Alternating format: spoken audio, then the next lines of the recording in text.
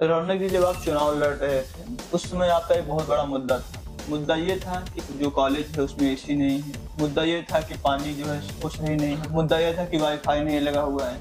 तो अब आप प्रेसिडेंट बन चुके हैं। अब आपके पास वो जिम्मेदारी है कि आप उसको दुरुस्त करवा सकते हैं। तो आप इसके लिए क्या कुछ कर रहे हैं? और आज मैं आपको इस वीडियो के माध्यम से बताकर बहुत खुश हूँ। 2 दिन पहले ही, शुक्रवार से पूरे कैंपस के अंदर, नॉर्थ कैंपस, साउथ कैंपस के अंदर कैमरेज लगने का काम स्टार्ट होगा। ये तो आप इसको किस तरीके से मतलब दुरुस्त कर रहे हैं? आपके पास कुछ प्लानिंग होगा?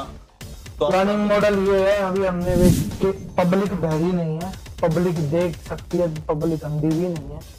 उसके लिए बहुत बड़ी मुहिम आने वाले समय में डिसू के टेन्योर के खत्म होने के बाद हम लोग शुरू करेंगे।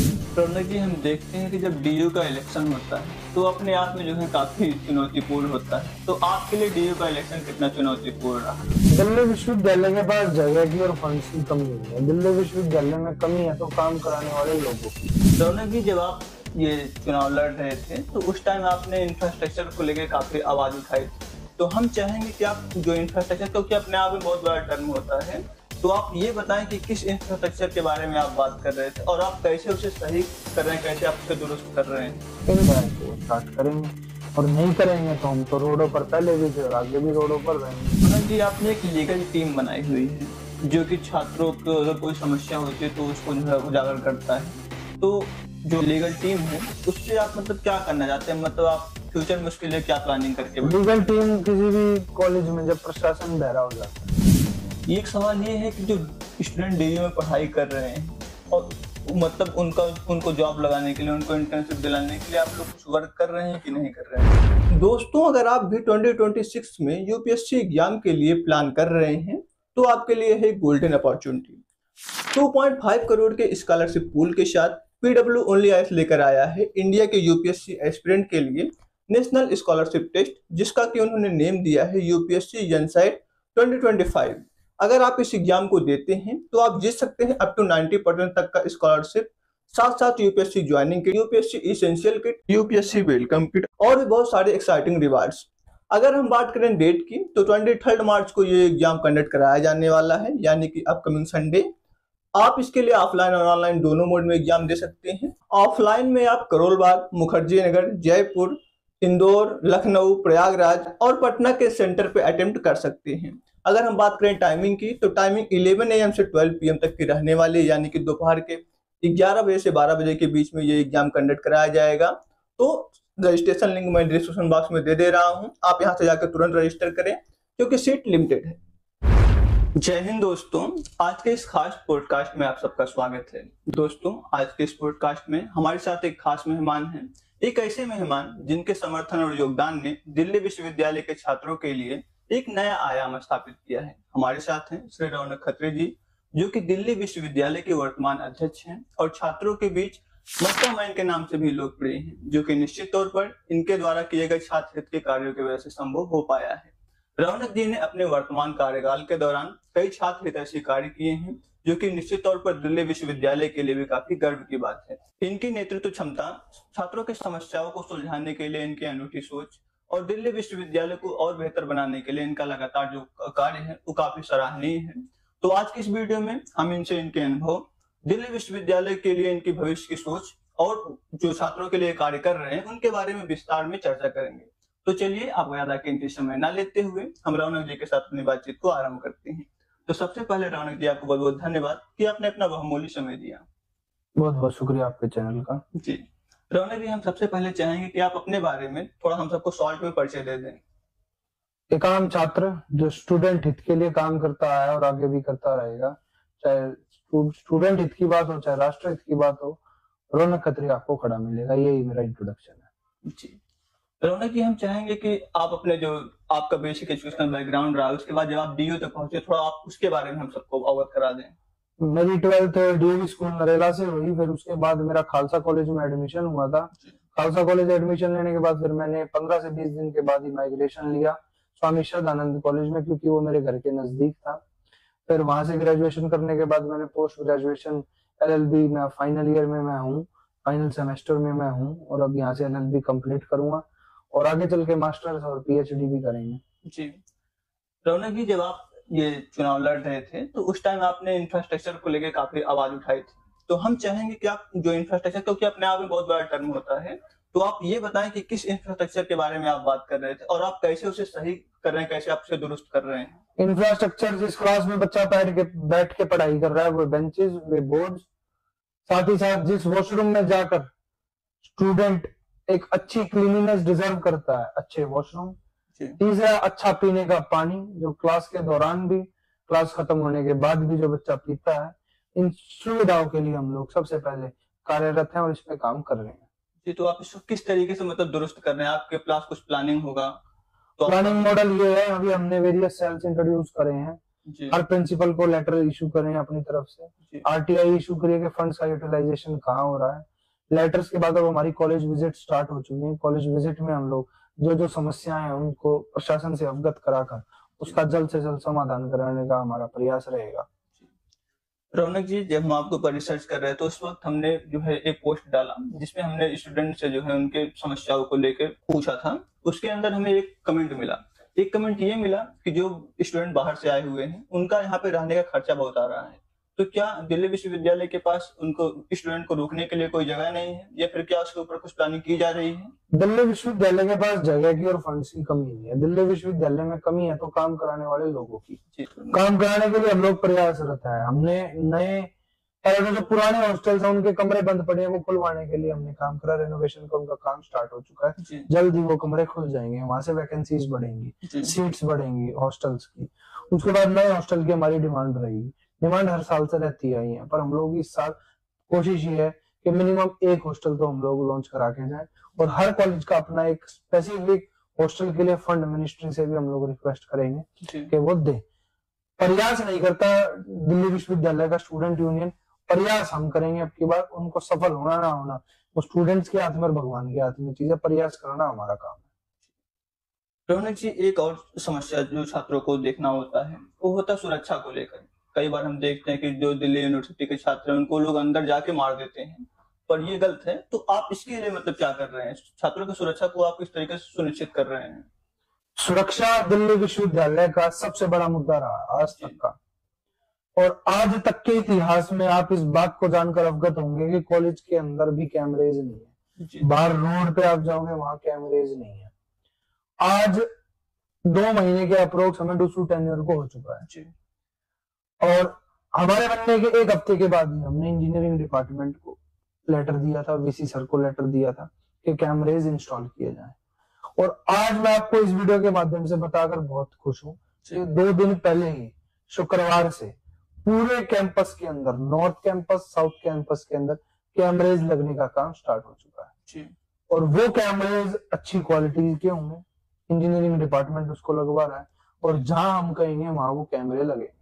तो डूसू के इतिहास में पहली बार 1000 से लेकर 2000 कैमरों का वो प्रोजेक्ट है जिसमें हम लोग हर एक कैंपस को कैमरा से कवर करेंगे।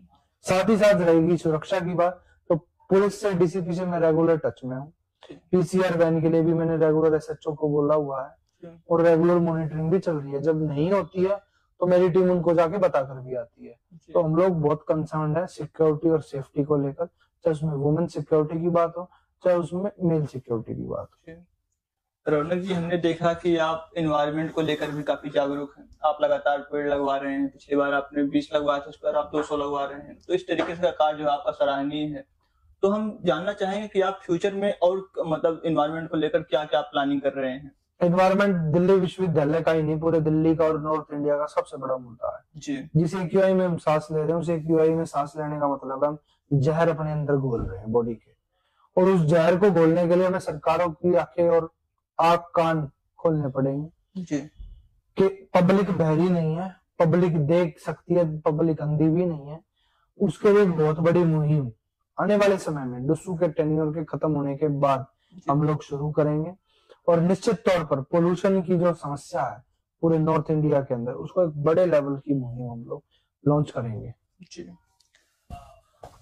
रौनक भाई, एक और समस्या है। समस्या ये है कि कुछ छात्रों को समस्या होती है तो वो आप तक डायरेक्टली नहीं पहुंच पाते हैं। तो उनके लिए आप क्या कर रहे हैं? मतलब कि जो छात्रों को समस्या हो रही है, क्या आप तो वो डायरेक्टली आ सकते हैं, आपसे वो शेयर कर सकते हैं और आप उसको जो है आगे जो है फॉरवर्ड कर सकते हैं? बिल्कुल, हम डायरेक्टली भी उनके साथ डील करते हैं। साथ ही साथ अभी आप मेरे डूसू ऑफिस आए होंगे तो आपने बाहर एक पोस्टर देखा होगा, समस्या से समाधान करके हमने एक पूरी लिस्ट बनाई है जिसमें एसओएल की सेक्शन की अलग प्रॉब्लम्स है, इंफ्रास्ट्रक्चर की अलग है, वुमेन की अलग है।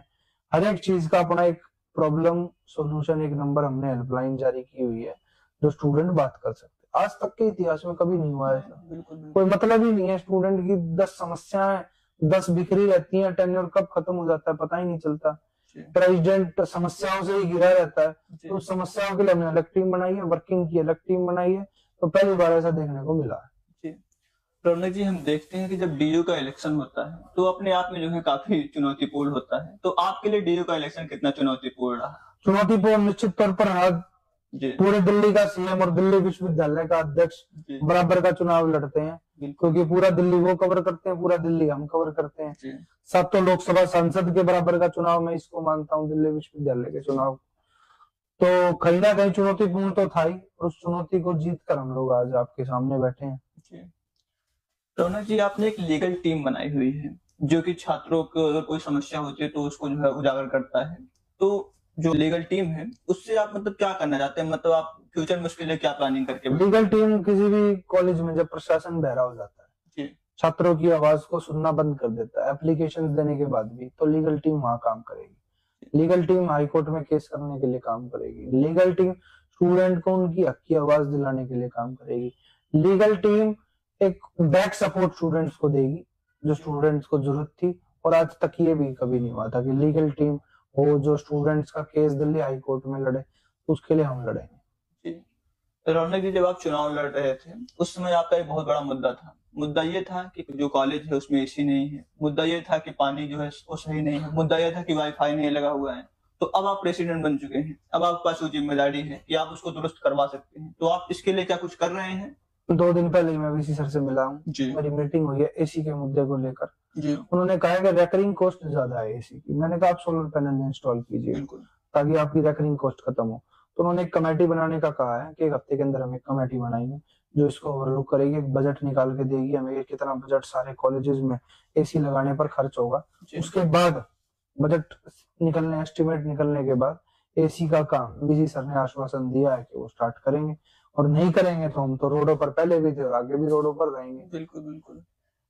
रौनक भाई, हम आपसे एक बात ये जानना चाहेंगे, हम में से कई सारे लोग डीयू में एडमिशन प्रोसेस को लेकर अवेयर हैं, बट कुछ स्टूडेंट ऐसे भी हैं जिनको कि एडमिशन प्रोसेस के बारे में नहीं पता है। तो आप थोड़ा सा एडमिशन प्रोसेस के बारे में हम सबको बता दें।